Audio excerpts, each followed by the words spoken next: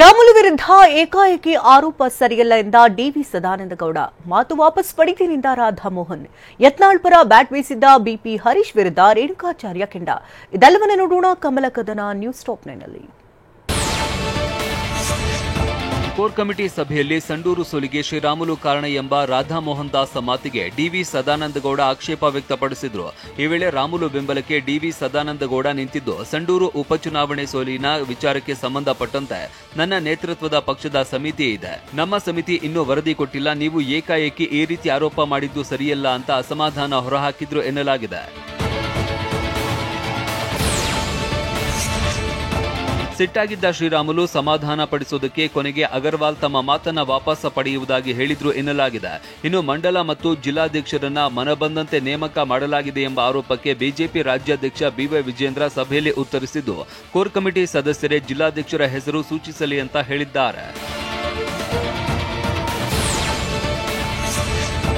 ಬಿಜೆಪಿಯೊಳಗಿನ ಕಿತ್ತಾಟ ಮತ್ತು ಮೇಲಾಟಗಳ ನಡುವೆನೇ ಮಾಜಿ ಮುಖ್ಯಮಂತ್ರಿ ಡಿವಿ ಸದಾನಂದಗೌಡ ಅವರ ಬೆಂಗಳೂರಿನ ನಿವಾಸದಲ್ಲಿ ನಿನ್ನೆ ರಾತ್ರಿ ಪಕ್ಷದ ರಾಜ್ಯ ನಾಯಕರು ಸಭೆ ನಡೆಸಿದ್ದಾರೆ.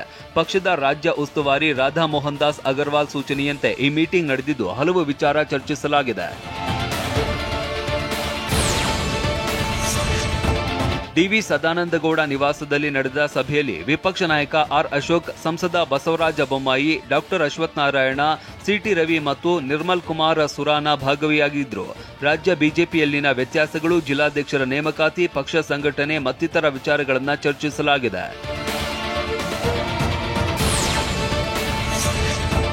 ಬಳ್ಳಾರಿ, ಚಿತ್ರದುರ್ಗ, ಯಾದಗಿರಿ, ಬೆಂಗಳೂರು ಉತ್ತರ ಮತ್ತು ತುಮಕೂರು ಸೇರಿದಂತೆ ಸಭೆಯಲ್ಲಿ 9 ಜಿಲ್ಲಾಧ್ಯಕ್ಷರ ನೇಮಕಾತಿ ವಿಚಾರ ನಿನ್ನೆ ಮುಖ್ಯವಾಗಿ ಚರ್ಚೆಯಾಗಿದೆ. ಜಿಲ್ಲಾಧ್ಯಕ್ಷರ ನೇಮಕಾತಿಯಲ್ಲಿ ಸೋಷಿಯಲ್ ಇಂಜಿನಿಯರಿಂಗ್ ಮಾನದಂಡ ಅನುಸರಿಸಬೇಕು ಎಂಬ ಸೂಚನೆಯ ಹಿನ್ನೆಲೆಯಲ್ಲಿಯೂ ಡಿವಿ ಸದಾನಂದಗೌಡ ಮನೆಯಲ್ಲಿ ಚರ್ಚೆ ನಡೆದಿದೆ.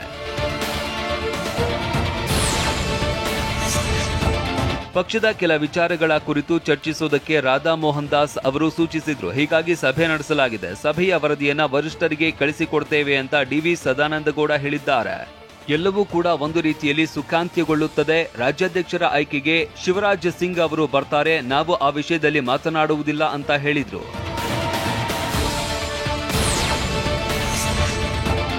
ರಾಜ್ಯದಲ್ಲಿ ಒಮ್ಮತದ ಜಿಲ್ಲಾ ಅಧ್ಯಕ್ಷರ ಆಯ್ಕೆಯಾಗಬೇಕು. ಒಂದು ಪಟ್ಟಿಯನ್ನ ಕೊಟ್ಟು ಯಾರ್ಯಾರು ಸೂಕ್ತ ಅಂತ ಸೂಚಿಸುವುದಕ್ಕೆ ರಾಧಾಮೋಹನ್ ದಾಸ್ ಹೇಳಿದ್ರು. ಅದರಂತೆ ಸಭೆ ನಡೆಸಿದ್ದೇವೆ ಅಂತ ಆರ್ ಅಶೋಕ್ ಹೇಳಿದ್ದಾರೆ. ಇವತ್ತು ಸಂಜೆಯೊಳಗೆ ಮತ್ತೊಂದು ಸುತ್ತಿನ ಚರ್ಚೆ ಮಾಡಿ ಹೈಕಮಾಂಡ್ಗೆ ವರದಿ ಕಳಿಸಿಕೊಡ್ತೇವೆ ಅಂತ ಆರ್ ಅಶೋಕ್ ತಿಳಿಸಿದ್ದಾರೆ.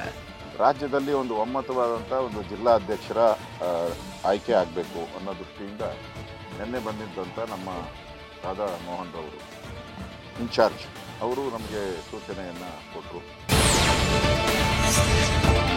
ರಾಜ್ಯದಲ್ಲಿ ಬಿಜೆಪಿಯನ್ನ ಕಟ್ಟೋದಕ್ಕೆ ಒಮ್ಮತದಿಂದ ಕೆಲಸ ಮಾಡುತ್ತೇವೆ. ನಾವೆಲ್ಲ ಬಿಜೆಪಿ ಪರ ಇರುವವರು, ಬಿಜೆಪಿಯನ್ನ ಶಕ್ತಿಗೊಳಿಸೋದಕ್ಕೆ ಇರುವವರು ಅಂತ ಬಸವರಾಜ ಬೊಮ್ಮಾಯಿ ಹೇಳಿದ್ದಾರೆ. ನಿನ್ನೆ ರಾತ್ರಿ ಡಿವಿಎಸ್ ನಿವಾಸದಲ್ಲಿ ಸಭೆ ಬಳಿಕ ಮಾತನಾಡಿ ಬೊಮ್ಮಾಯಿ, ಕೋರ್ ಕಮಿಟಿ ಸಭೆಯಲ್ಲಿ ಯಾವುದೇ ವಾರ್ನಿಂಗ್ ಏನೂ ಆಗಿಲ್ಲ, ಸೌಹಾರ್ದತೆಯಿಂದ ಎಲ್ಲವೂ ಚರ್ಚೆ ಆಗಿದೆ ಅಂತ ತಿಳಿಸಿದ್ರು. ಈಗಾಗಲೇ ಪ್ರಕ್ರಿಯೆ ಪ್ರಾರಂಭ ಆಗಿದೆ. ಅಬ್ಸರ್ವರ್ ಹೋಗಿ ಕೆಲವು ವಿಚಾರಗಳನ್ನು ತಿಳ್ಕೊಂಡು ಬಂದಿದ್ದಾರೆ. ಆ ವಿಚಾರಗಳನ್ನು ನಿನ್ನೆ ಕೋರ್ ಕಮಿಟಿಯಲ್ಲಿ ಚರ್ಚೆ ಆಗಿದೆ.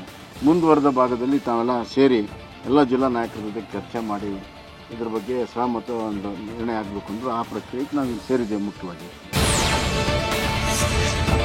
ಶಾಸಕ ಯತ್ನಾಳ್ ಪರ ಬ್ಯಾಟ್ ಬೀಸಿದ್ದ ಬಿಪಿ ಹರೀಶ್ ರೇಣುಕಾಚಾರ್ಯ ಹೆಸರೇಳುವುದಕ್ಕೆ ಅಸಹ್ಯ ಅಂತ ಹೇಳಿದ್ರು.